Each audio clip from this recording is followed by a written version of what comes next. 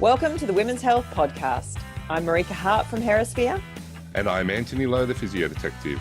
Together we interview leading authorities, answer questions and share our thoughts to provide the general public with the best quality information we can find on all aspects of women's health.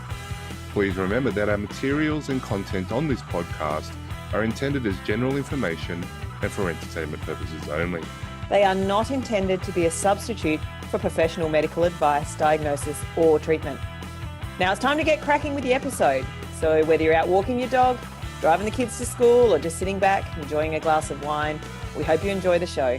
Hello everyone and welcome to the Women's Health Podcast. This is Marika Hart from Hemisphere and I've got Anthony Lowe, the physio detective with me, my fabulous co-host, and Elaine Stevenson, who is from the Myotherapy Reading Room, who will be doing our show notes. Big thumbs up, Elaine. We've been loving having those. And today we're super excited because we have Molly Galbraith from Girls Gone Strong with us. Hi, Molly. Can you hear me, Molly? Hi, thank you. I can. Thank you all so much for having me. So the last time I was on the podcast, I had not met either of you in person, and now I have. And so I'm even more excited to have the chance to do the podcast because I know how awesome you all are in person as well. So thanks for having me. We had proper hugs and everything. For those who didn't hear Molly's last talk, which was last year, we had a fabulous talk with Molly, and Molly went into a lot of detail about her journey with fitness and also where Girls Gone Strong came from. So I really recommend for anyone who's interested in hearing that, and it is a fabulous story, please go back and listen to that episode. Was that about episode 3, Anthony? I'm trying to think off the top of my head. It feels like maybe number 3. Oh, that's a surprise question without notice. That's okay. We can put that in the show notes. We'll have a link to it. For those that don't know Molly, Molly is the head honcho woman in charge of Girls Gone Strong. And I will get Molly to talk about Girls Gone Strong to us because they're a fabulous organisation that I am very privileged to be a part of. But Molly, would you like to introduce yourself and just tell us, for those that don't know about Girls Gone Strong, what you're all about? Yeah, absolutely. So like Marika said, I'm Molly Gallbraith, co-founder and woman in charge at Girls Gone Strong. So I've personally been in fitness for almost 15 years now. February will be my 15-year anniversary. And I've done a number of things in fitness, from competing in figure competitions to competing in powerlifting to co-owning a brick and mortar gym in Lexington, Kentucky, to being co-founder and woman in charge at Girls Gone Strong. So Girls Gone Strong is the largest platform providing evidence-based, body positive, interdisciplinary health, wellness, fitness, pre and postnatal information for women, and the largest platform educating health and fitness professionals on women specific information that's also evidence-based and interdisciplinary and body positive. So we've got about 750,000 women in our community from 80 countries around the world. So we're a global community, which is really exciting. And we educate like I said, women and health and fitness professionals on those topics through free articles on our website, free courses, certifications, and other programs that we put out. And so, yeah, so it's really cool. Girls Gone Strong's been around for going on 8 years now. And it's really exciting that we've been able to help so many women through the work we do. And it's lovely to see the quality of the work that goes into the Girls Gone Strong articles, but all the courses, even the mini courses. So Molly will talk later about the mini courses coming out soon for pre and postnatal fitness, but the depth of detail that is available, even in the free content, is so amazing. And I think it's really valuable for people who can't necessarily, spend a lot of money on education. Mm-hmm. That's one of our core values at Girls Gone Strong is accessibility. So making high quality information accessible to people, and particularly people that wouldn't have the socioeconomic means to access the information otherwise. That's super important to us. And one of the reasons that we have over 750 free articles on our website, 500 articles on YouTube, half a dozen free courses, free 5-day courses that are more extensive than a lot of people's paid courses. So yeah, it's super important to us to be able to provide that information. So. Yeah, no, it's been fantastic to see, to meet you in person. And I had the privilege of bringing my daughter along because I wanted her to meet strong women and leaders in their field. So really felt privileged to have my daughter along for that. And I know that she still talks about you today, and it's been a great impact. So thank you for that, and thank you for the work that you do with Girls Gone Strong. I think it's so important. Today on the podcast, wanted to talk about that postnatal period, and in particular, body image after pregnancy. And so, there's lots of phrases that we hear. I'm going to bounce back. I'm going to get my pre-baby body back. You know, what's going on there? Why are women feeling that need to feel that pressure? You obviously come in from a trainer's point of view, from an educator's point of view, from a social media's point of view. What's your take on why there is this pressure, and is it fair? Yeah, that is such a good question. So I love this talk. Body image is something that I'm super passionate about. I will be very honest. I've not been pregnant. I'm not a mother. So I'm going to be obviously wanting to hear from you a little bit, Marika, and talk to you, Anthony, too, about your experiences with your patients. But, being the leader of an organization that has over 750,000 women in it, that's educated, tens and thousands, hundreds of thousands of women about this topic, and has worked with thousands of health and fitness professionals about it, I am privy to some of this information. So I think that I always think about things in like a 1.0 version to a 2.0 version. And now I think we're at the 3.0 version. So the 1.0 version, I think of several years ago when it was really common for women to say, like, I want to get my pre-baby body back, or for coaches and trainers to advertise to clients and patients that they could help them get their pre-baby body back. And I think as we've started to see things, and I'll talk about why that is in a minute, but I think as we see things get to kind of the 2.0 version, where we're realizing, like, hey, maybe that's not the best phrasing. We should be a little bit more body positive about it. Now, a lot of coaches and trainers are kind of rolling their eyes at that and saying, like, it's so frustrating to hear women say that. So later on in the podcast, I want to talk about this kind of 3.0 version, why I think we could take a little bit better or softer approach with our clients and patients. So there's a number of reasons I think this happens. And first thing first, I think we can point to media. We're consuming so much media via movies, TVs, YouTube. We're consuming so much social media via Instagram and Facebook. And there's a lot of evidence to show that, so we see about 4,000 to 10,000 images a day, right? And the images that we typically see in the media are really narrow definitions of what fit and healthy and strong and, pre-baby body or post-baby body might look like. And so that's shaping consciously. So we only process about 8% of what we see consciously. So we're processing 92% of what we see in an image subconsciously, telling us this is right, this is good, this is the type of body that you're supposed to have. So women are seeing 4,000 to 10,000 images a day.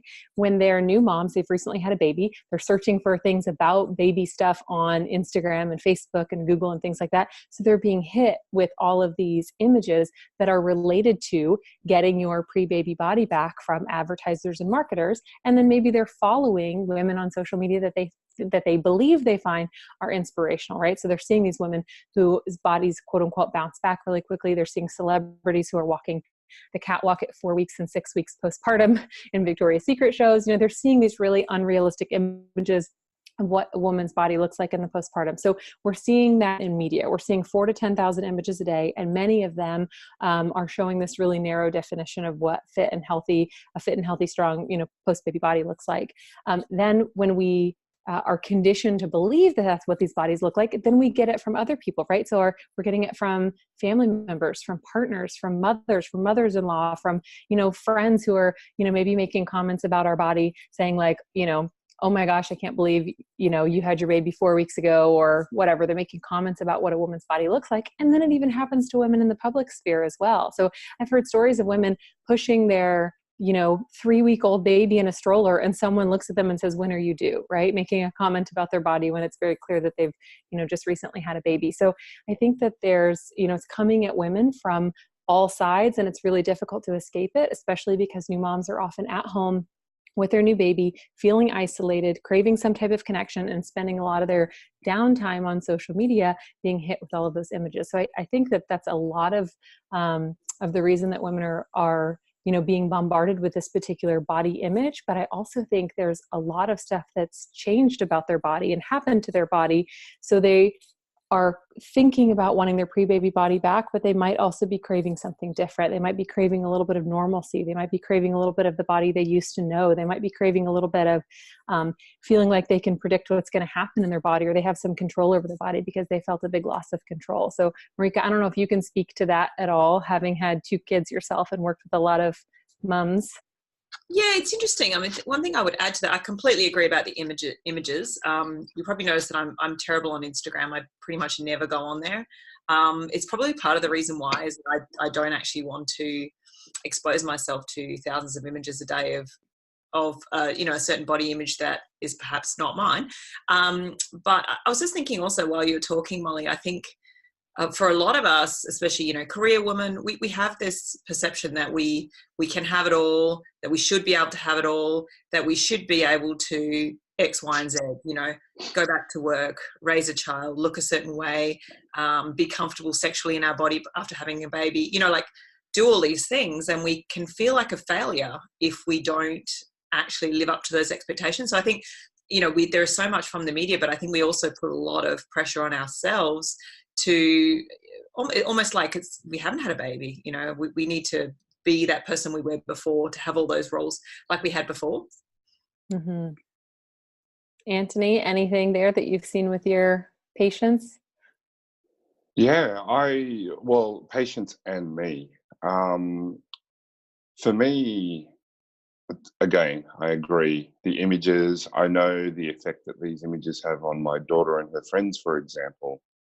Less so about my sons, just because boys don't talk the same. But with respect to almost the flip side, because, I always try to challenge things from another point of view. What about, say, the World Health Organization's recommendations for physical activity? What does that look like in the postnatal period? When does that start? When you start prioritizing that, and some of the women that I'm treating postnatally, it's about wanting to get back to doing what they're doing, feeling slow, feeling sluggish, feeling sleep deprived. I think that's some of it, and it's finding that balance. It's thinking about, well, it's okay to love your body, and yet I want to be fitter and stronger. Mm-hmm. How is that not body positive if I declare that I want to be fitter and stronger, for example? Like, I don't like the fact that I'm overweight and slow and unfit and lose my breath going up a flight of stairs and things like that. That doesn't mean that I'm not body positive. It just means that I don't like my health at this stage in this body. And for health reasons, I've decided to prioritize it. It's getting that balance. Listening on the podcast, like, you can't see Molly's head nodding and nodding and nodding. No, I love that. And I actually wrote something. I just went and pulled it up real quick on my computer, because I do think I have a quote that I first said maybe 5 or 6 years ago that circulated a whole lot throughout the fitness community, that says, you can love or embrace your body while wanting it to look or perform differently than it does right now. Both can be true. And the reason that I firmly believe that, so first of all, I think the most body positive thing we can do for anyone is give them the autonomy to make the decisions that they want for their body, and not allow them to be pressured or shamed or judged for decisions that they make about their body. But a couple other really important things. So I believe that if you eat nutritious food or work out because you hate your body, even if you reach your goals, that's not true health. So I think that's really important, right? You can eat well, you can move your body, but if things, if you're constantly saying negative things to yourself all day long, if you're doing it because, for really negative reasons, if you're, speaking negatively to yourself the whole time that you're doing it, your mental health is probably not, in the right place. So you're not going to have good overall health. Also, people often think that a specific aesthetic or performance goal will change their relationship with their body. But whenever they get there, there isn't enough, right? Because that's not, it's an inside job. It's not like, women will say, I want to lose 20 pounds. I want to have a flat stomach. I want to wear a size 6. But when that happens, it's still not enough, because their relationship with their body isn't necessarily about the way that it looks or performs. I also think that, believing that you can't like your body and want to change it means that the only reason that you would like your body is because of its aesthetics or performance. See what I'm saying? Like if you can't like it and also want to change it, if we say that those two things can't be true, then that means the only reason to like it has to do with how you feel about how it looks. And I just don't agree with that statement. I think there's so many other reasons to be grateful for and like our bodies. And then I think that, believing that you can't like your body and also want to change it means that only perfect bodies are worthy of affection. And I don't agree with that statement either. So I truly believe that you can embrace or like or feel more comfortable or at home in your body and also want something to look or be different. I just think that, and again, I think that giving people autonomy is the most important thing, but I do think that overall there are things that we can do to create a more body positive environment for our clients so that they can get to that place where they're wanting to make changes, because they care about their body, because they want to take care of their body, because they want to feel good in their body, versus my body has to look like this really narrow definition of fit, healthy, or strong that's really challenging to achieve. And I'm going to beat my body into submission to make that happen. So I think that's a super important kind of distinction there. But yeah, I think ultimately giving women autonomy, and we can talk about that a little bit later in the podcast when we talk about health and fitness professionals who are wanting to deal with women who are having these things. I think giving your clients the autonomy to make decisions about themselves and meeting them where they are in that space is really important.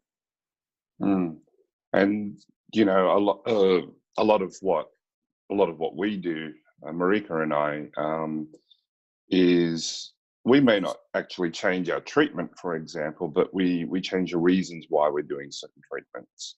I know that that's happened for me as I've gone along on my professional journey. And it sounds like what you're saying, just to clarify, is that you can still want the same things. For example, I do want to lose 50 kilos, over 100 pounds, 110 pounds more. And I do want to do that. And I want to be fitter and stronger and faster. And I have a performance goal that I want to hit. But the reason why I'm doing it is for my health. It's not for because I hate my body. I certainly don't like where I am fitness wise. There's reasons for it. Am I getting the sense of what you're trying to say? The reasons why we're choosing to change our body. Are we going down that track?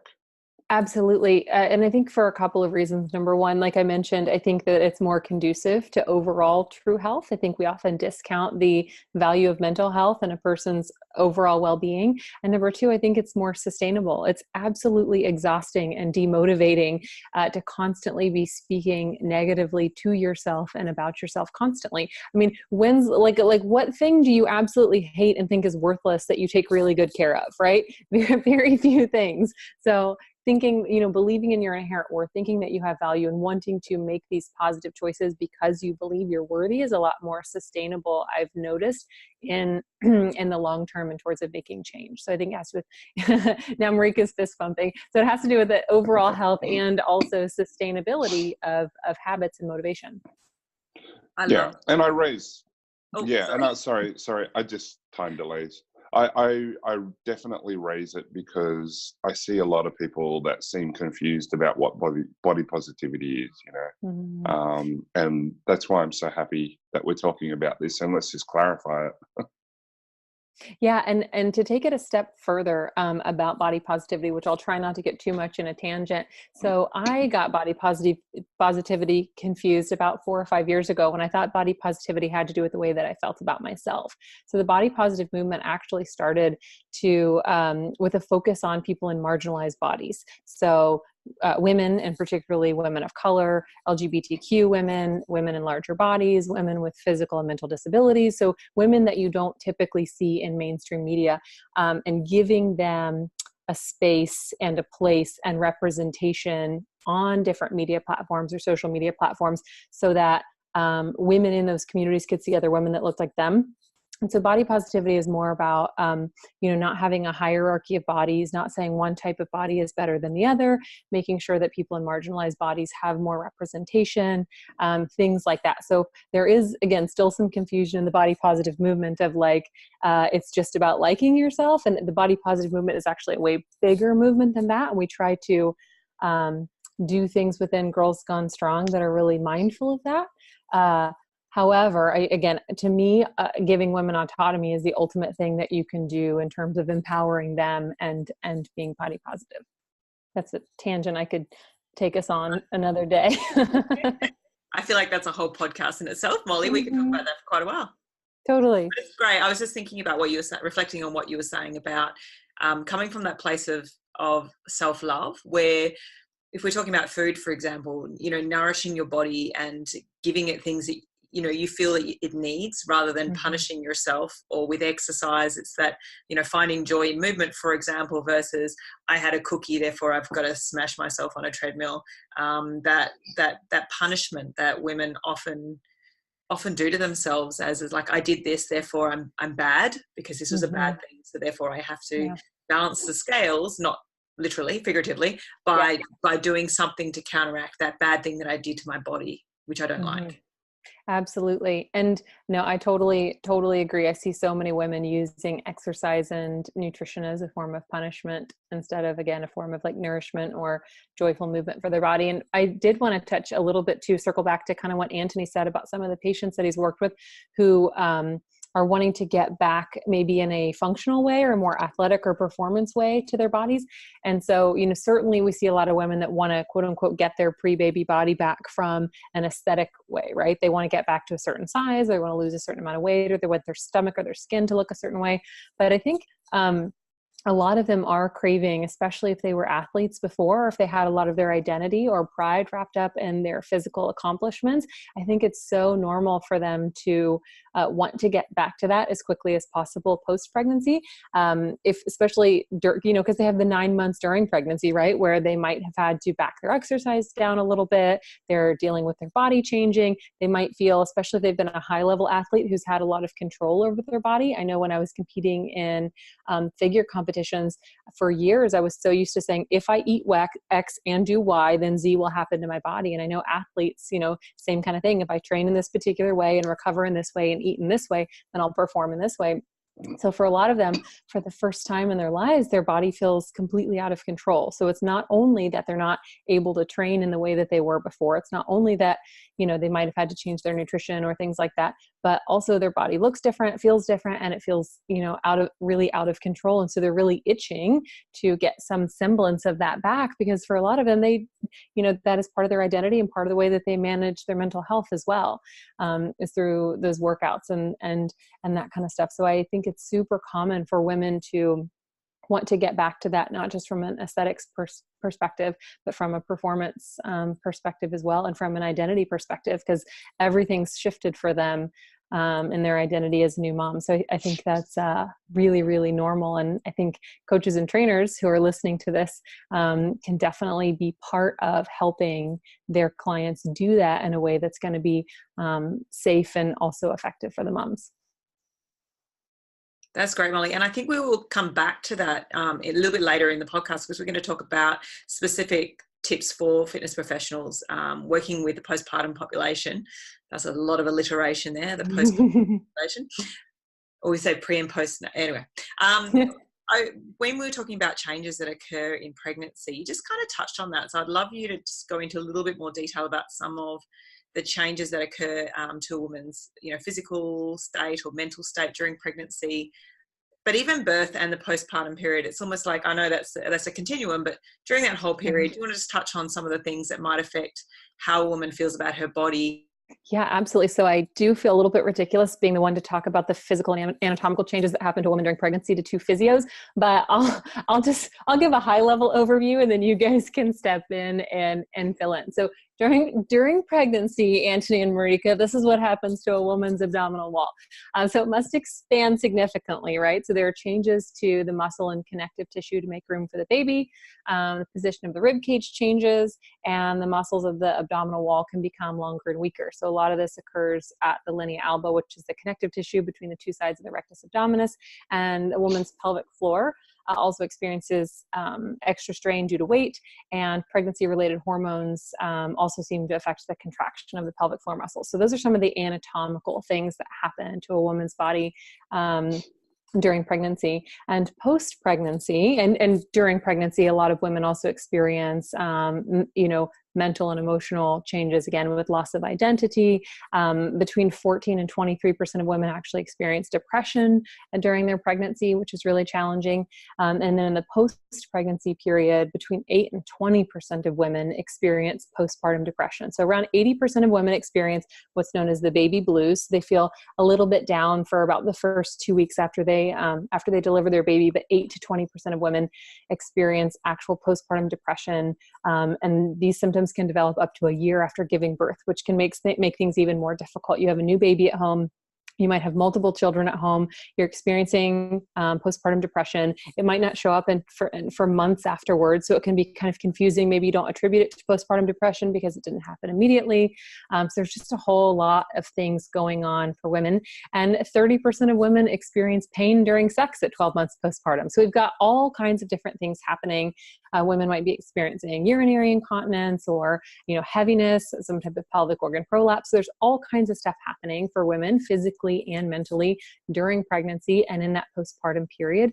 And again, you add to this the pressure and stress that they might be feeling about the way their body looks or feels. They might not recognize their body. They might have lost some of their identity as an athlete.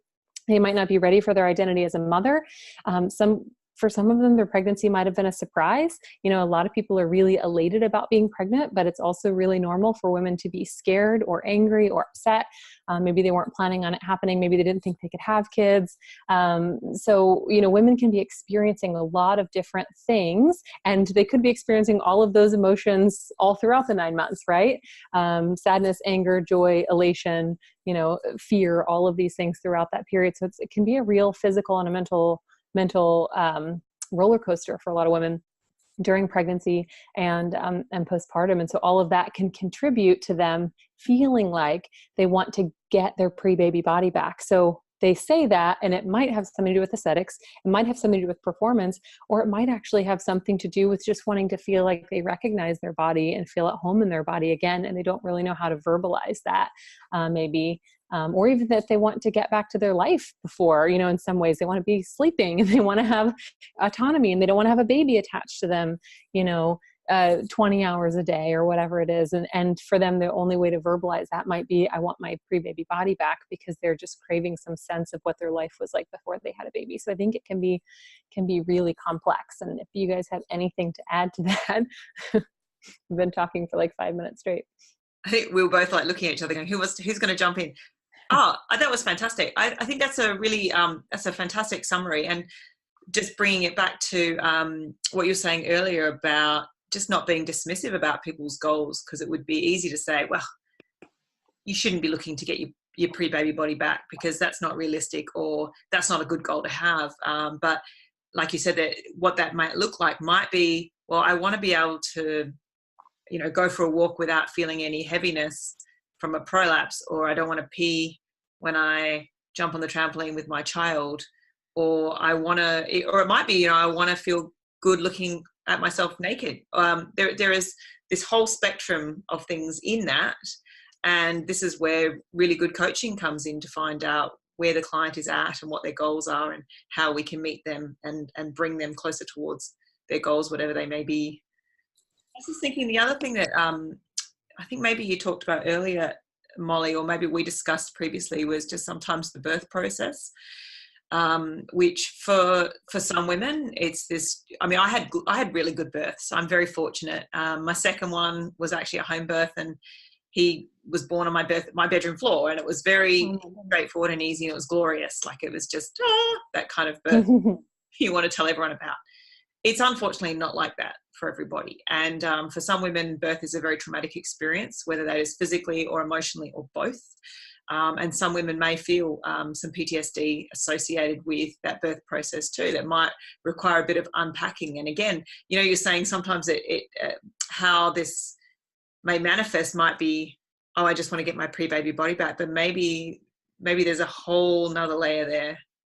Mm-hmm. Yeah. So postpartum PTSD affects about 9% of women. And this can be due to a host of factors, from medical complications with the baby to medical complications with the mother, use of forceps or vacuum extraction, premature birth, a history of sexual abuse or rape, feelings of powerlessness or voicelessness in the decision-making process, or the birth not going maybe as you hoped or planned. So, and that's just like a small number of reasons, or, you know, things that could cause that to be triggered. So, I mean, 9% of women, that's 1 out of every 11 women has, I didn't realize it was actually that high. Yeah, has postpartum PTSD. So like you said, that can make things even more difficult and sensitive. And again, so, you know, PTSD in and of itself is a really big deal and a really challenging thing to deal with. And then you add to that you've got a small baby to take care of that you're personally responsible for. You might, especially if you live in the US, have a really short window of time before you have to go back to work. And there could be a host of other factors. I know my sister takes medication for some mental health issues, and she had to severely back down her medication while she was pregnant. And then shortly after she gave birth to my nephew, her insurance company stopped covering the medication that her doctor gave her. So they gave her a new medication and told her to try it out for 6 weeks and let them know how it went. And I'm like, you have a new mom who has mental health issues that she deals with, and you're giving her a different medication and basically an experiment, and telling her to take it home and try it out and see how it goes and come back in 6 weeks. And so there are a number of other things that women could be dealing with in addition to the trauma that they might be experiencing from birth, or the other, you know, just kind of mental and emotional kind of roller coaster that they're on from that. So. And just a shout out to the dads too, because sometimes dads can have PTSD from a traumatic birth experience. And a very good friend of mine, he had the experience where the baby was handed to him and they said, say goodbye to your wife because we don't think she's going to make it. And there was blood and they left him in the room. There was blood all over the floor, and he's got this brand new baby. And yeah, oh my goodness, however many hours later she's absolutely fine. Like, she's fine now. But that trauma, I think is just. Yeah, so anyway, just to keep in mind that dads too can have a really traumatic experience. I think sometimes they do get a bit forgotten, especially when it comes to counselling, and they really might need it just to unpack that experience that they've had as well. Yeah, or know how to support their wife, right? We're not born with the tools and skills, or their partner. We're not born with the tools and skills to know how to, you know, deal with something like that, or be there for someone else who's going through things that, you know, that might be difficult or challenging. So I definitely am very glad that you brought that up and said that, because I think that's important too. And the other thing is, I think it's really important to say, like, yes, women go through a lot of these things, or may go through a lot of these things during childbirth.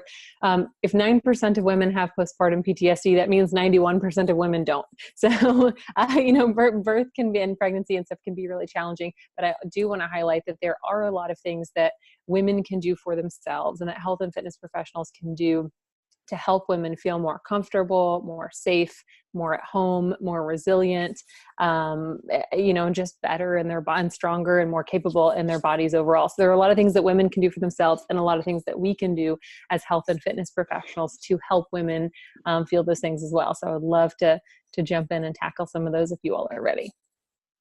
Well, funny you mentioned that because, well, hold on.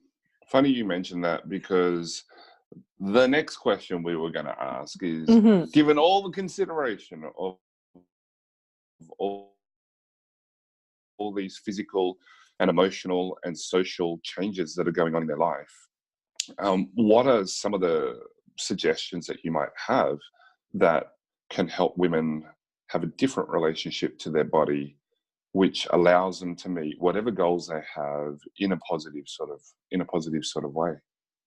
Yeah, I love that. So there are a lot of things that women can do. And first things first, it's super important for them to become aware of how they're speaking to and about themselves, or how they're thinking about themselves, because you can't change anything until you become aware of it. So for a lot of my clients, for the first week or two, I'll tell them your only job this week is to simply stop and notice and name when you are thinking or saying something negative about yourself or your body. That's your only job. You don't have to do anything about it. You don't judge it. You don't try to change it, nothing. You just stop and notice and name and say, I was getting ready to say something really negative about myself, or I was thinking something really, nasty about my body. Because again, we can't change something until we become aware of it. And then they'll start to realize that they're doing it literally, a dozen times an hour, or that they're saying things constantly out loud. So they're saying it, they're hearing it, they're thinking it. Like that's like building some really strong neural pathways. It's like, yep, your body's gross. Yes, there's something wrong with you. Yes, you're damaged. Yes, you need to be fixed. Like that's some really strong reinforcement to hear hundreds of times or think hundreds of times a day. And again, to say out loud to other people and things like that. So first things first is to become aware of how they're speaking to themselves, or what they're saying about or to themselves or thinking. Step number 2 is to try to attempt to neutralize it.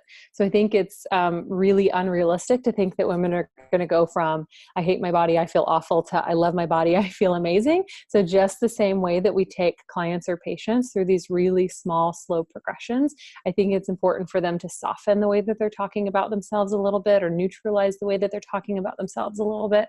So instead of saying my body looks so disgusting, maybe they say this is how my body looks today. And it's just like this really kind of neutral step that they can take, or neutral kind of conversation that they can have with themselves about their body. Next, I think, is finding things about their body that they're proud of or grateful for. So that could be, I think my hair looks really nice, or that could be, I'm so proud of myself, that I was carried and created this baby over 9 months. I love the way that my body allows me to snuggle my new baby. I love the way that my body allows me to receive love from my partner. I love the way that, I'm so excited about the idea that my body can create food and nourishment for my baby. Just different, any kind of thing that they can think of to say or be proud of about their body. If they are struggling to do that, back it down a little bit and make it easier, right? We got to regress them a little bit if that feels too difficult. And they can just say something nice about themselves in general. So I'm a good friend. I'm a good listener. I'm a hard worker. I'm tenacious. I'm creative. I'm, timely, like whatever, just get them in this kind of positive momentum of saying or thinking nice things about themselves, even if it doesn't have anything to do with their body. So step 1 is becoming aware. Step 2 is attempting to neutralize what they're saying or thinking about their bodies. Step 3 would be to start trying to shift it towards something positive. If that feels too hard, back it down a little bit and say something positive about themselves as a person versus their body. Number 4, it doesn't necessarily go in chronological order, but a 4th thing that they can do is to begin to curate their social media feed and follow empowering accounts that display bodies of different shapes, sizes, ages, races, ability levels. Obviously, I think Girls Gone Strong, at the Girls Gone Strong on Instagram is a really great account to follow. I know you all both have great social media accounts as well, but particularly of women who are showing that, maybe kind of like a more raw or uncut, unedited version of what their body looks like in the postpartum period. You guys might have some great examples of accounts that do that. I think that can be really helpful. I know more women are sharing what their bodies look like in the early days and months postpartum without fabulous lighting and, editing and Photoshop and all those things. And then number 5 is, begin taking action with your body in a way that helps you feel better about it. So a lot of people think that motivation, they have to sit around and wait for motivation to kind of strike them, right? But actually motivation comes from taking action. So especially if you are cooped up in your house, the 23 hours a day, right? You're not getting a lot of social interaction, 23 hours a day, you're hanging out with your baby, maybe spending a little bit of time with your partner. Pick 1 or 2 really small things that you can do for yourself on a regular basis that are going to help you feel like you're taking better care of yourself, right? We talked earlier about how we don't take good care of things that we don't believe are worthy of taking good care of, right? So whether that's going out for a 5-minute walk, or it's pre-chopping some vegetables that you're going to eat throughout the day, or it's drinking a big glass of water, or it's relaxing on the couch with, a mug of hot tea, like pick 1 or 2 really small things that you can do for yourself and tell yourself that you're doing it because you believe that you're valuable and worthy. And that can kickstart a really powerful kind of perspective shift for women when they start not only telling themselves that they're valuable and worthy, but then also taking action and doing something that feels good, and while also telling them that they're doing it because they're valuable and worthy. Those are a couple of powerful things that women can get started doing right away that I think could be really helpful. Yeah, I love that. I love that. Hold on. Sorry, I'm just controlling the camera. I love the idea of all of that, and it does seem like a natural progression. Like you said, it doesn't have to be in that order. One of the things that I was thinking about, because I've just got off teaching on my course, and one of the ways that I suggest that people change their beliefs about, what they believe about posture, alignment, how to manage certain conditions, is pointing things out in other people.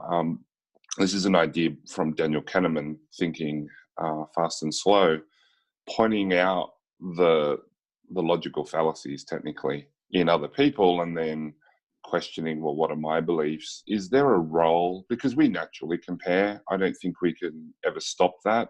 It tends to be, oh, I'm comparing, stop, check it, change it. Is there a role in trying to find the positive in other people and then recognizing that positive in yourself? Or do you have ways of dealing with those 4,000 to 12,000 images that we see and processing? What are some ways that women can reframe some of that flood of what's coming in a more positive way? Yeah, I think that's a great question. So it feels like there were maybe a couple little things in there. So first things first, it is, there's 4,000 to 10,000 images a day that we see, and we can curate some of those by choosing who we follow on social media, what pages we like, things like that. So we do have some power in being able to curate that. Number 2, I think, so what I have noticed over the years as I have started curating my social media feed is that I've begun to expand. So I think when I first got this idea from a woman named Erin Brown, who was part of Girls Gone Strong for a while, contributed articles and such for us. But she said, the trouble isn't in valuing beauty. We value beauty in music and art and nature. We seek it in so many places. The trouble is in defining beauty so narrowly that we can't possibly achieve it. So I thought that was so beautiful, because it's so, again, it's kind of that 2.0 thinking of like, well, who cares what you look like? And it's like, hold on a second. There are people who care about that, and it's okay for them to value that in themselves. But the problem is when we say it only looks like this, right? And we're constantly moving the target. Like we literally have magazines that look at celebrities and they're like, ooh, Kim Kardashian's butt and Jennifer Aniston's hair. And they literally Frankenstein a person together to be like, this is the perfect woman. Even celebrities can't measure up, right? We literally pick them apart in parts and pieces. So I think it's important to say, if valuing a particular aesthetic or, wanting to feel beautiful is important to you, that's totally okay. The challenge is when we define it so narrowly. So what I've noticed for myself, at least over the last probably 5 years since I've started curating my social media feed, is that my definition of that has expanded so much to include so many different body shapes and sizes. And I've kind of started to examine and get introspective about my own internalized issues with bodies, right? And things that I've been conditioned to believe over the last 34 years. So a couple things. So I do think you can curate that, which is really powerful. But once you start curating that, it starts expanding your definition. From a lot of women is, I'm almost 5'11", 170 pounds. And a comment, I'm like, I don't know how many that is in kilos. 77 kilos, something like that, I think. So a comment that I've gotten from a lot of women is that they don't like their body, but then they see me and think I look great. And then they realize we have basically the same body, or that we're the same size, or that we're the same shape. So seeing me has helped, and seeing me feel confident and happy and strong and saying like, yeah, I like the way that I look, has then helped them soften their gaze of themselves. So I don't know if that's kind of what you were getting at in your question, but like, can we look at other people and use that comparison as something positive in order to help us improve the way that we look at ourselves? So maybe if you're really petite, maybe you start following more women who are petite. If you're really muscular, maybe you follow more women like that. You know, if you want to see like, you know, more women who look like you, seek out women whose bodies look like you, because again, there's also evidence to suggest that we like images that we see more often. So it might help you again, soften your gaze of yourself if you see other women who are strong and healthy and powerful, and maybe they look like you, or their body shapes like yours, something like that. So I do think that can be powerful. That's awesome. What did you say, Marika? No, I just said that was just such a really, really good point. Yeah, I just like to find people with similar shapes, sizes, colors, body to you, that love them, that love the way they look, that are powerful in what they do, and that you really connect with. I think that's ages and like you said, ages, races, abilities, things like that. I think all of that stuff can be super powerful for women. When you went, just taking you back a bit, Molly, you were talking about some of the tips that to give to women that they can actually follow. Your sort of 5-step process, which I thought was really good. You talked a little bit about sort of self-care, but it was really interesting that I think a lot of women, especially mums, think this idea of self-care is having to go to a day spa or having to do something very big and elaborate. And I love that you brought it down to something really simple. And it might be, you know, self-care can be reading a book, right? It can be just going for a walk. It can be sitting down with a cup of nice tea that you enjoy. I feel like sometimes we think it has to be a 2-hour bubble bath with candles and flowers. And to be honest, excuse the language, but like when you're really tired and you've got a 3-week-old baby, you ain't got time for that shit. Like it's just ain't nobody got time for that. It feels like it's too much. So then you think, I can't do that, and then you almost feel like, oh well, I can't even do a self-care thing well, like I'm failing at that, you know, and it can just be like this other big thing that I can't do. So I love that you just made it really, really simple. And I think women can, be kind and be nice to themselves and give themselves these, I don't want to call it treats, but you know what I mean? Yeah. It's just this little something different that you can use to nourish yourself. Yeah, I love it. So we actually have an article on Girls Gone Strong called "What is Self-Care?" and GGS co-founder Jen Comis is the one who wrote it, and it's the difference between that. It was really good. Yeah, self-care, self-comfort, and self-indulgence. And she was talking about how trendy it is now to like have a woman, you know, with like a bottle of wine tipped up, and she's like #self-care, and Jen's like, wait a second, hold on. Okay, let's define what this looks like. So self-care are things that you do for yourself that move you forward or move you closer to ultimately who you want to be as a human and what your goals are, right? So they're basically small votes for yourself that move you closer and closer to whatever goals you have for yourself and whoever you want to be in the world. Self-comfort are choices that you make that kind of like they feel good, but maybe they keep you where you are, right?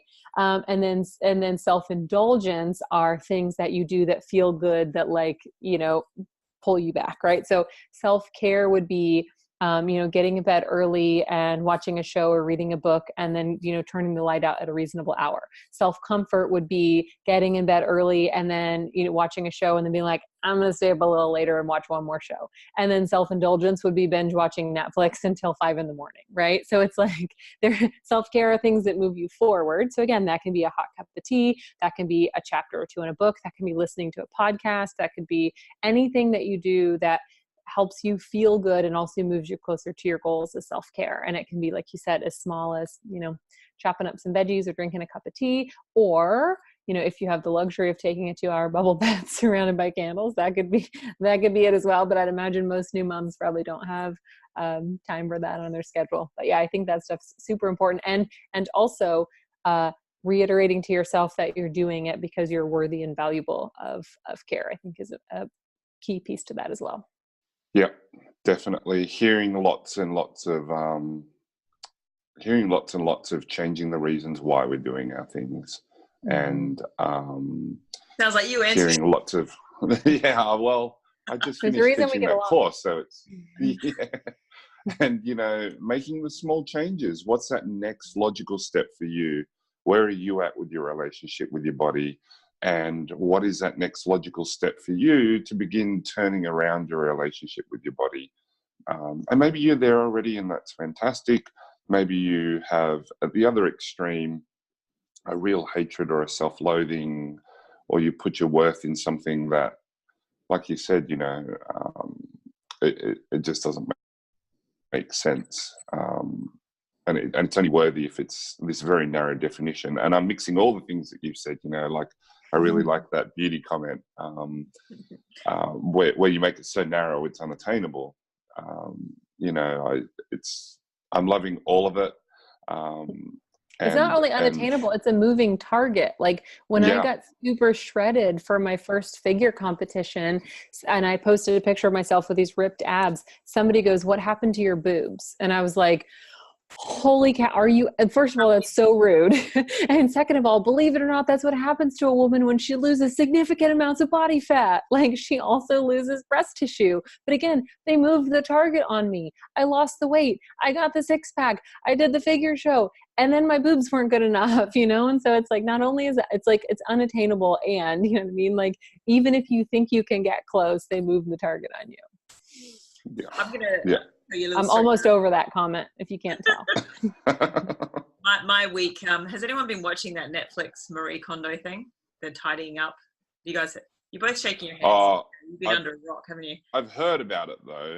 I'm not at my house. So I'm not at my house right now. So, and I know I'd want to tidy up. So I want to wait till I get back to my house to watch it. I'm sure heaps of listeners have watched this, but it's basically, this tidying up show. And there's a reason I'm telling the story, but one of the things that she gets you to do is pull out all your clothes and then pick up each item and does this sparkle joy? Yes, no, keep it, say goodbye, thank you if you don't. And this week I decided to do that. And I realized that I had a whole bunch of clothes that I've been hanging on to for when I lose 5 kilos, and I thought about it and I was like, hang on. These are pre-baby clothes, right? So these are more than 10 years old. I'm 42. My youngest is 8 years old. I just suddenly had this realization, like, I'm probably not ever going to be that shape again. And that's okay.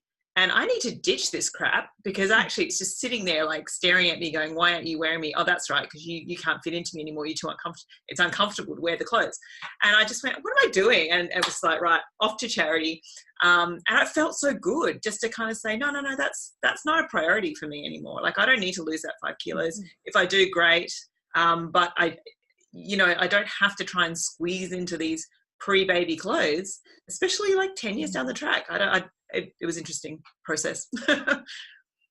Yeah, I love that because you're kind of taking your power back from them, right? Because like them hanging in your closet, thinking that you might wear them someday and not doing it is kind of that, again, just a reminder of like, hey, you haven't done that thing, or hey, your body's different than it was before. But I kind of like the idea of being like, you are not worthy of me taking up the amount of space that I'm taking up now. Clothes, get out of here. I like that. I like that perspective. You can't contain these biceps and these quads. You're not worthy. Exactly. You don't wear the old clothes. Go away. Teresa, I was trying to remember why I'm remembering it, but Teresa, one of my assistants, Teresa Wasser from RX Physio, was telling me about, and she's just telling everybody about this woman. Is it Marie Kondo? I don't know. But, it's inspiring lots of people around the world. I've actually done that. That is how I clean out my closets. I pick it up and I go, why am I keeping this? And I realize that I'm very sentimental and lots of emotions are actually contained within pieces of clothing, which is very interesting. Have to examine that relationship. Didn't spend a lot of time on it at the time. It's just like, no, I want to keep it. No, I want to keep it. I'm loving all the practical ideas. Health and we kind of mixed up the health and fitness professionals with people in general. We've switched and what's changed gears into that throughout this podcast, because to be honest, as a health professional and technically with some fitness professional qualifications, it still applies 100% to me. And everything that you're saying is 100% what I teach to health and fitness professionals about professional issues. So this is all wonderful stuff. Specific things that people can try as a health or fitness professional when they hear the negative self-talk. Does it become like a personal coaching type of change? In what ways can we health and fitness professionals who are listening help our clients when we hear signs that people aren't having a good relationship with their body? Yeah, absolutely. So, there's so much that health and fitness professionals can do. And there's kind of like two silos that I like look at when I'm thinking about this. I'm thinking, how can we as health and fitness professionals create a more body positive environment in general for all of our clients and patients? And then what do we do in the moment when someone is, coming to us with this concern or this experience? So there's a talk that I give, or that I have given several times, about helping clients improve their body image. And it kind of boils down to, so we talk about what is body image, right? And it's about a lot more than the way that your body looks. It's about feeling safe. It's about feeling comfortable. It's about feeling capable. It's about feeling resilient.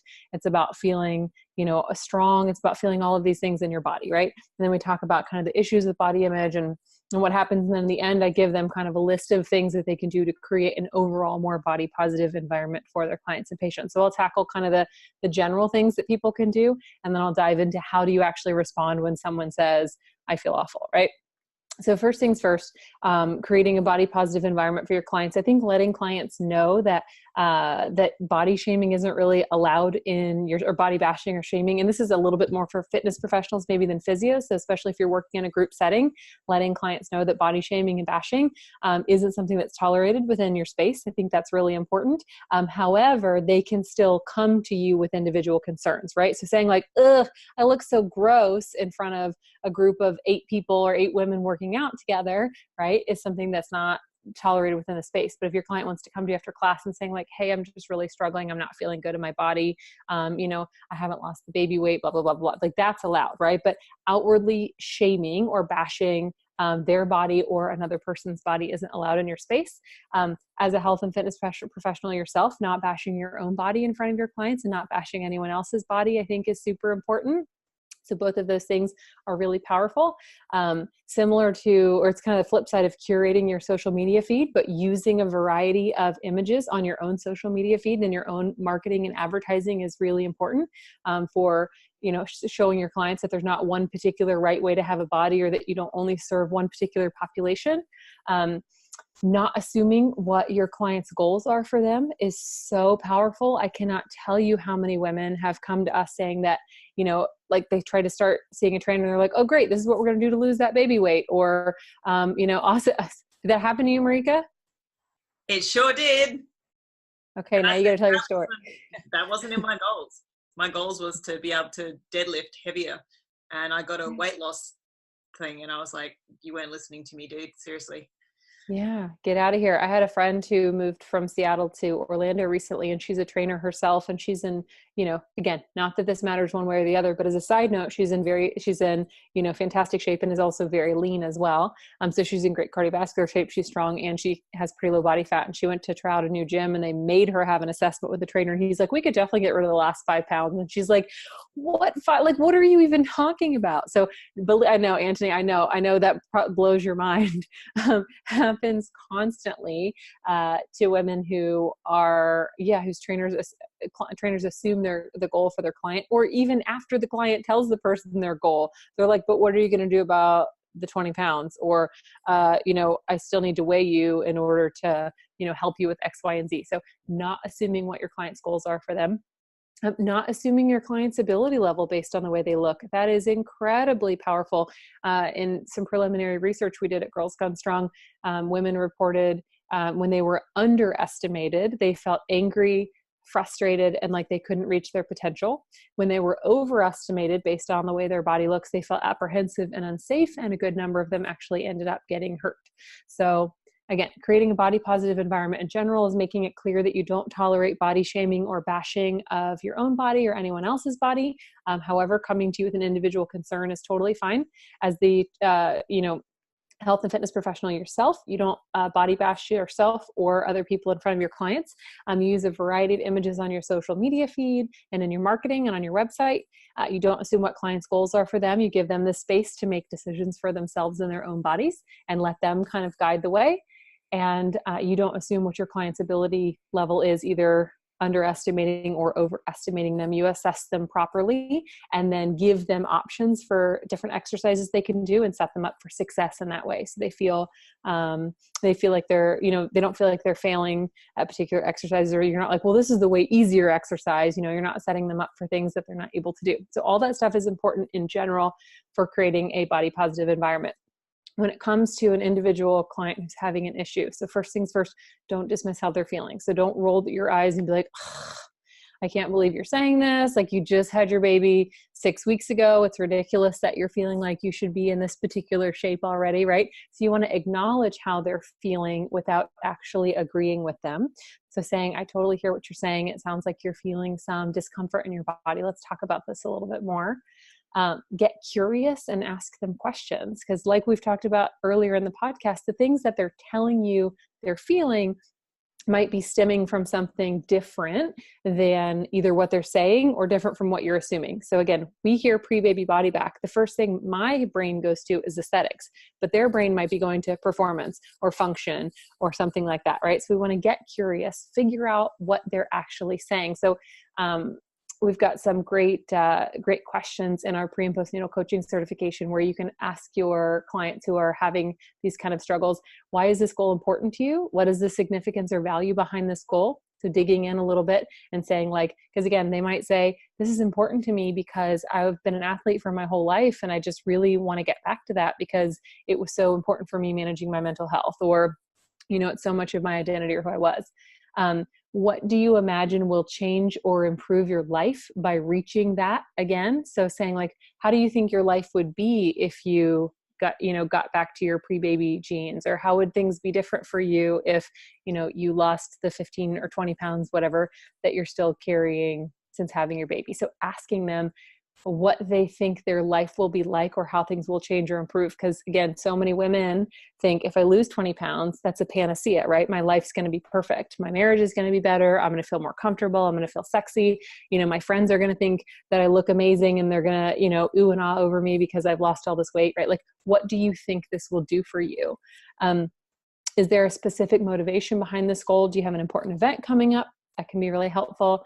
What's your internal dialogue right now? What are you saying to yourself? Is it defeating or berating? Is this a goal you chose for yourself? Or is this something that you've heard, maybe somebody else kind of encouraged you to have this goal? So we see that a lot, like a partner, relative, or friend who's kind of planting in the woman's head these goals that she should have for herself. And how are you coping with life as a new mom in general? Do you feel supported and happy? Are you overwhelmed, depleted? Things like that. So digging in a little bit more to how she's feeling in that way. So I'll kind of recap those again. Why is this life goal important to you? What do you imagine will change or improve, or what will your life be like if you reach it? Is there a specific motivation behind this goal? Do you have an important event coming up? What's your internal dialogue right now? Is this a goal for you chose for yourself? And how are you coping with life as a new mom in general? So again, asking these questions to get them talking a little bit. They're open-ended questions, right? They're not yes or no questions. They're open-ended questions that can really just open the floodgates and help us understand what women are actually going through. So asking these questions and then meeting them where they are. So again, saying like, okay, so this is how you're feeling in your body. This is what you're wanting for your body. This is a goal that you set for yourself. You feel like if you lose the 15 pounds that you're still holding on to at this, from your pre-pregnancy, that you'll feel stronger and more athletic. So you're telling me that your goal is to feel stronger and more athletic in your body. Let's talk about some things that you're willing to do to help you get closer to reaching that goal, right? And then you start breaking it down, like what behaviors can you work out 3 times a week for 45 minutes, things like that. So, so meeting them where they are and then helping them set the behavior-based goals that will help them feel as though they're taking care of themselves and regain some control. So it's kind of like the self-care that we were talking about previously, but these are helping them set actual goals that will move them, behavior-based goals that will move them closer towards their outcome-based goal. It sounds like, Molly, through that reflective listening process, when you were listening to them and repeating back to them what they were telling you, that you were then emphasizing some of the other positives of that goal that were not necessarily aesthetically based. Like you're saying, okay, so when you were saying to me, when you lose that 15 pounds, that you will feel stronger and more powerful, but then would you emphasize more that, hey, we're going to get you stronger, more powerful, those sort of aspects of the same goal? Is that kind of where you're going with that as well? Yeah, because, I think that, because here's the thing, we can reliably tell our clients, I think, that we can help them get stronger and more powerful. It is more difficult to tell our clients that they will lose 15 pounds or wear a size 6, right? So I feel pretty comfortable telling someone that I can help them get stronger and, improve their performance in this particular way. It's a little bit more challenging to guarantee them that they're going to lose a certain amount of weight or wear a certain size. So I kind of focus on the things that I'm pretty sure that I can help them do. And if they circle back around and say, but am I going to wear a size 6? You can say, well, the things that we're going to do are going to make that outcome more likely. It's impossible for us to predict exactly what's going to happen. But the good news is we can start implementing these behaviors and we'll tweak them along the way. Right. So you don't demonize the goal. You tell her like, hey, we're going to do things that are going to help you move towards that more closely. And they're also going to do this, this, this, and this for you. And the good news is we can tweak and assess and change your program throughout the way based on how you're feeling, based on how much sleep you're getting, based on how much you're enjoying the program, things like that. So again, hearing them, meeting them where they are, not demonizing that goal, and being really honest with them about what you can help them achieve while emphasizing other parts of other outcomes that you think you're more certain that you can help them reach. One of the that's fantastic stuff, by the way. One of the things that crops up in my head while listening to you is that we health professionals definitely really have this this idea that sometimes the patient's goals, which are very, very important to us, don't always head towards some of the goals that they want to achieve with us. For example, weight gain, high BMI, and we can talk about how bad BMI is as a measure, but pelvic floor dysfunction doesn't care where your weight comes from, whether it's muscle or whether it's fat. We know that increased weight increases your likelihood of developing pelvic floor dysfunction. We know that inadequate exercise is associated with that. We also know just how terrible this postpartum period can be if you don't have the insta-perfect life that the 0.001% of people have. You don't have the money for a nanny, all the rest of it. You didn't win the genetic lottery. How do we get people to that point of including some of those other things without creating problems ourselves? What's one of the things that I ask people to think about as physios, women's health physios, in helping their clients with pelvic floor dysfunction is, well, what is your plan to achieve the World Health Organization's recommendations, which as an evidence-based practitioner, we should be assessing suitability for, of getting them to 150 minutes of moderate intensity exercise in a person who's struggling to find 5 minutes to sit down and have a cup of coffee. Mm-hmm. How do we juggle some of our professional responsibility at the same time as, because it's good for their health, at the same time as not creating other problems in and of themselves? Yeah, so that is a great question. I think it's something, Marika, is this a similar question that we tackled? We were somewhere together in Melbourne, and you were like, okay, as a body positive professional, what do I do if a client is having pelvic floor dysfunction and I know that her losing 5 kilos would improve her pelvic floor function? Do you remember that? You asked me that question. Looking past the MCG, having this conversation. Yes, I remember that. It was, yeah, because it was such a good question, and I love it because, so I think that, again, being a body positive professional is not about discouraging people from wanting to change their body, right? It's about, for me, presenting them with a bunch of options. So if someone has pelvic floor dysfunction, I was telling Marika, so you can say, hey, so, you know, I've done your assessment. I've noticed you're having pelvic floor dysfunction, you're having urinary incontinence. So the good news is there are a lot of things that we can do about it. There are several different things that research shows or evidence suggests can help improve pelvic floor dysfunction. I'm going to give you a number of these, and then we're going to talk about which ones you feel like you can start implementing into your life on a regular basis. So, you know, regular exercise, X amount of, you know, minutes per week. You know, evidence shows that losing 5 kilos in women is enough to, you know, significantly improve pelvic floor function. Research shows that, you know, making sure that you're well hydrated and you're not getting constipated can help, blah, blah, blah, blah, whatever, improve pelvic floor dysfunction. So giving them a number of things that they could possibly do that would contribute towards that, and then say, which one of these sounds like something that you're interested, ready, willing, and able basically to tackle right now? And let them, so say, hey, there are all of these things that we can do. So giving them hope, right? That helping them envision a hopeful future for themselves that they can improve, telling them all of the different ways that they can do it, and then helping them determine what's going to work for them. Because certainly someone getting 150 minutes of, you know, movement or exercise every week is fantastic. But if they feel like their options are to do nothing or to get 150 minutes per week, that's going to be so discouraging for some people.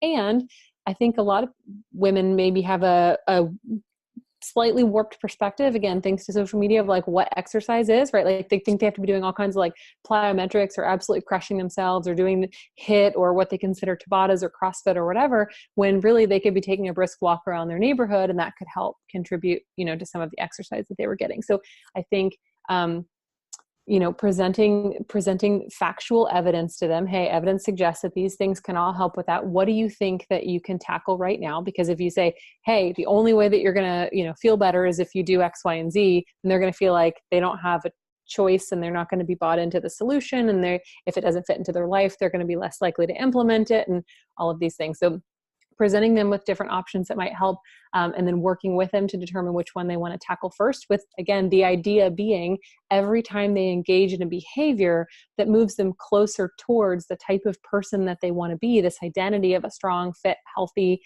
person, is going to help them build positive momentum, you know, towards those goals. And then again, starting with them where they are. If they can't find 5 minutes to get a cup of coffee and the eventual goal is to get them to 150 minutes of exercise, you're going to have to start with small, achievable goals and help them feel like they're being successful in achieving them as you move them toward what your bigger and longer term goals are for them. Is that helpful? Did I answer your question? Very helpful. And I think that leads us beautifully into talking about the CPPC, Molly, because, so for those that don't know, the pre and postnatal certification that Girls Gone Strong has created is going to be released very, very soon, and I'll get Molly to talk about it. But I think from a physiotherapist perspective, I've learned so much about the coaching side. You know, you've touched on a lot of that, and again, I learn things from you every time you talk, Molly. So you're just like, oh, same.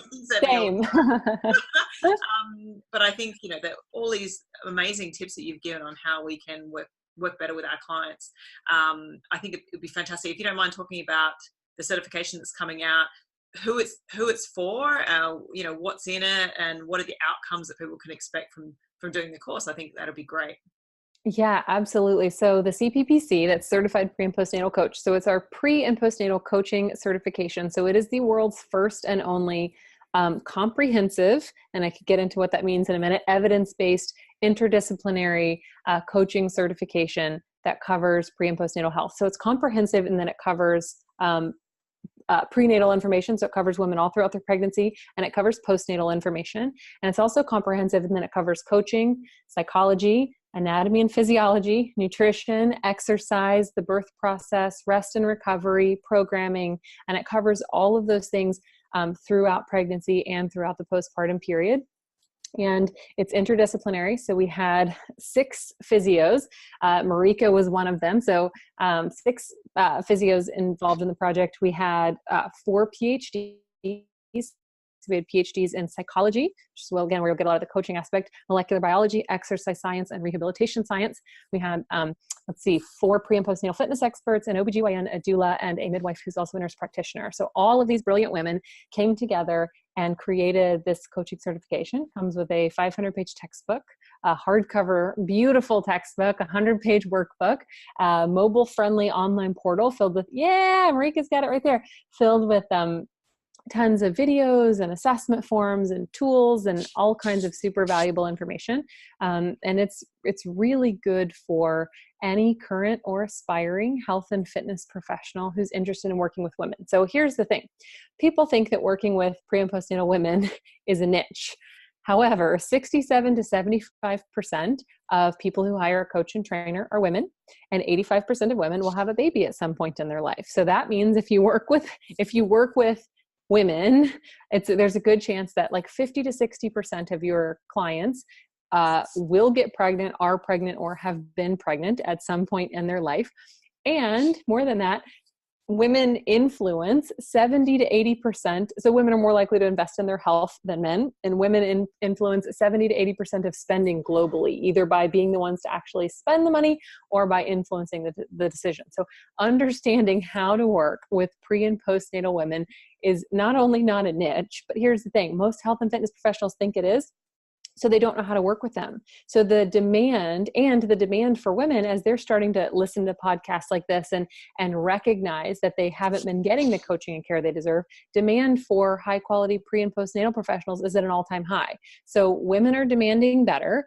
85% of them are having a baby at some point in their life. Very few health and fitness professionals know how to work with them. And so it's kind of like this golden age where if you are a health and fitness professional who understands how to work with pre and postnatal women, then your services are going to be in such high demand because there are so few. This is how economics works, folks. There's so little supply of health and fitness pros who know how to do it. And then the demand from women is going up and up, and it's going to keep going up and up as more women realize that they haven't been getting the coaching and care that they deserve. And they're going to realize that because they're going to start seeing on social media, hey, peeing my pants after I have a baby is happening, but it doesn't have to be happening, right? This heaviness that I'm feeling in my pelvis doesn't have to be happening.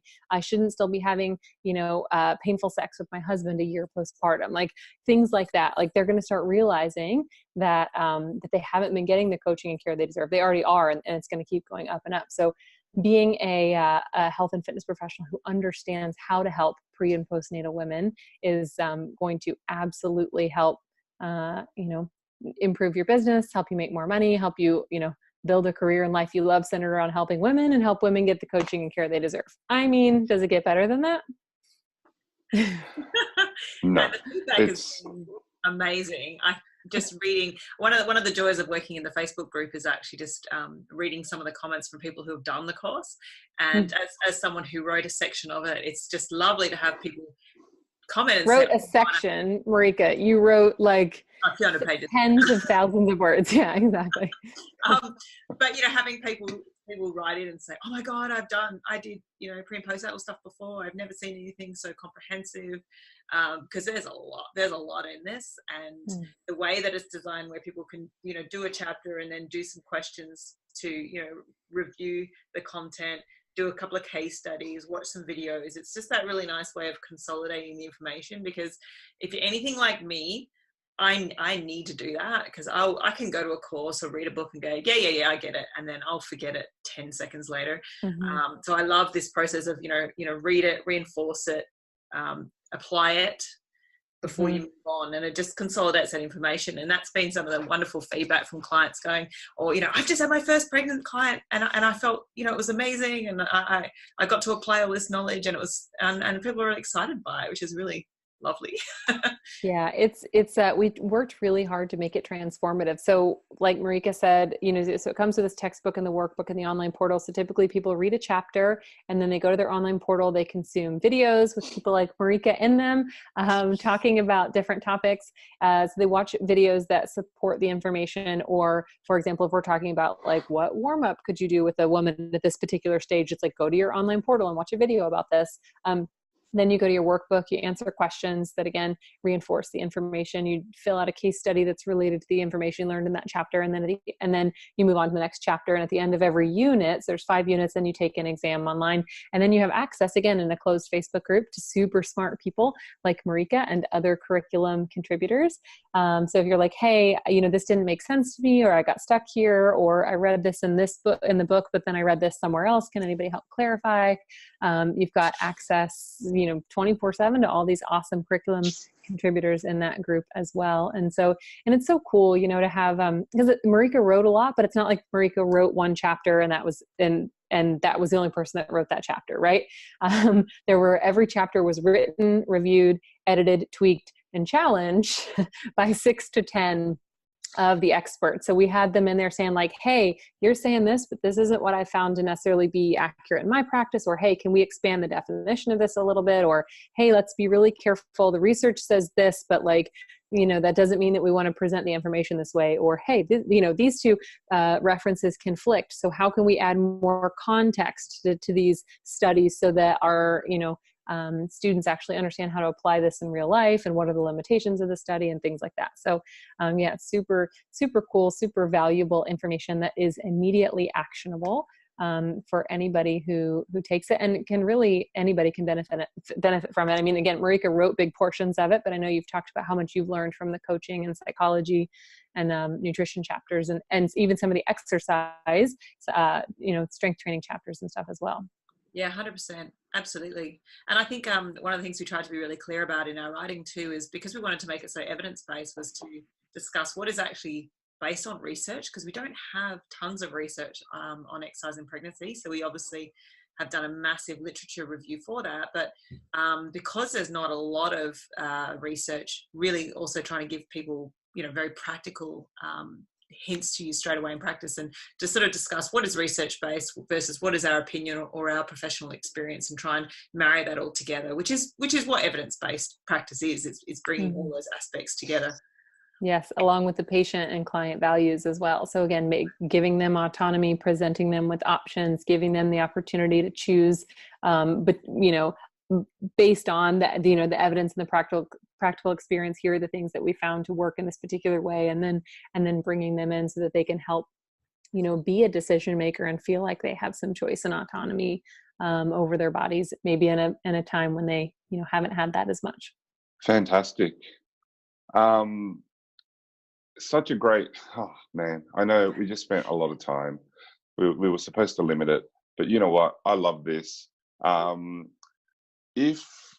If you listening out there have enjoyed the podcast, and you know what, if you haven't, I don't know, listen to it again, because just listening to Molly, I've got so many thoughts swimming in my head. It's been fantastic. And if you want to be a part of the GGS community, please click on the link below. Full disclosure, we have an affiliate link, which means that we do receive some money if you use our link, and it's a way to help support the show. We need sponsors to take care of the technical things.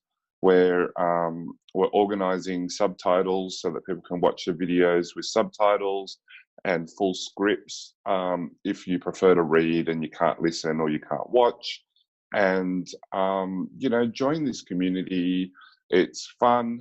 I'm in some of the groups. I can't be in all the groups, and I'm always interested when Molly writes something, or I'm always interested when Marika responds in particular, because I'm learning too. And the day that I stop learning is the day that I really should retire. So thank you very much.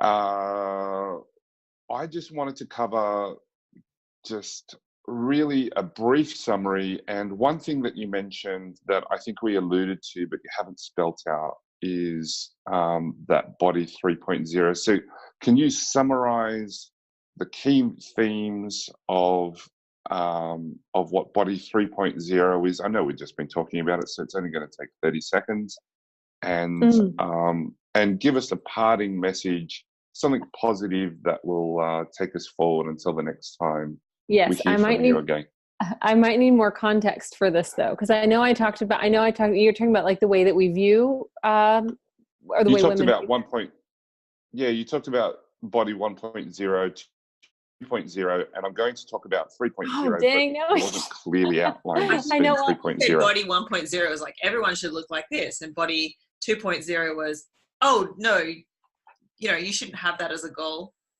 to lose. Got it. Yeah. So yeah. Okay. Got it. So body 1.0 is everybody should look this particular way. And then body 2.0, are we talking about when health and fitness professionals are talking to women about their bodies? Is that what it was, where the 1.0 version is they're promoting this really narrow definition of what healthy and fit should look like. And then 2.0 is when they're like rolling their eyes and they're, saying like, oh, that's a ridiculous goal. You shouldn't have that goal. Yeah, I see a lot of health and fitness professionals like, it doesn't matter what your body looks like. It matters how you perform. And it's like, wait a second. Let's not give women any more limited narratives that they can have about what their bodies are supposed to do or look like, or what goals we're supposed to have for ourselves. Let's give ourselves the space to make these decisions for ourselves without shame or judgment. So 3.0 would be showing women all the possibilities for their lives and their bodies and their goals and their performance, and giving them the space to make decisions that they want for themselves, and working with them to help them set goals for themselves and help them envision a hopeful future, so that they're excited about, the possibilities of what their body might look like, or what it could do, or how it could perform, or how it could feel. Autonomy, Bam. name of the game. Boom. Fantastic. Mic Love it. Yeah, right. Okay, except unfortunately, I have one more thing to say after the mic drop. So enrollment for the CPPC. I know you Pick up can't. the mic. Hold on, pick it up real quick. Okay, guys. So enrollment for the pre and postnatal coaching certification only opens twice a year. So we like to spend the rest of our time serving our students. So enrollment is not open all the time. So we open enrollment twice a year. And we only take a limited number of people, so that, again, we're working in a closed Facebook group. You have access to all the curriculum contributors. So we really limit the number of health and fitness professionals that we take. So it opens February 12th, but only if you are on the pre-sale list. And Antony and Marika will be able to put a link to the pre-sale list. Being on the pre-sale list, if you buy during the pre-sale period, allows you to save up to $388 and allow you to enroll 24 to 36 hours or 24 to 48 hours before everyone else, to increase your chances of getting a spot. So make sure that you get on the pre-sale list for the pre and postnatal coaching certification if you're interested, to save a bunch of money, and make sure that you get a spot, because it won't open again until near the end of 2019. So, and we'll have very, very, very affordable payment plans available as well. And people think that we're joking when we say like the cart closes. It's not a joke. And then 2 months later, people go, when is it opening again? When is it opening? It's like, it's not opening for another 4 months. So seriously, the cart does close.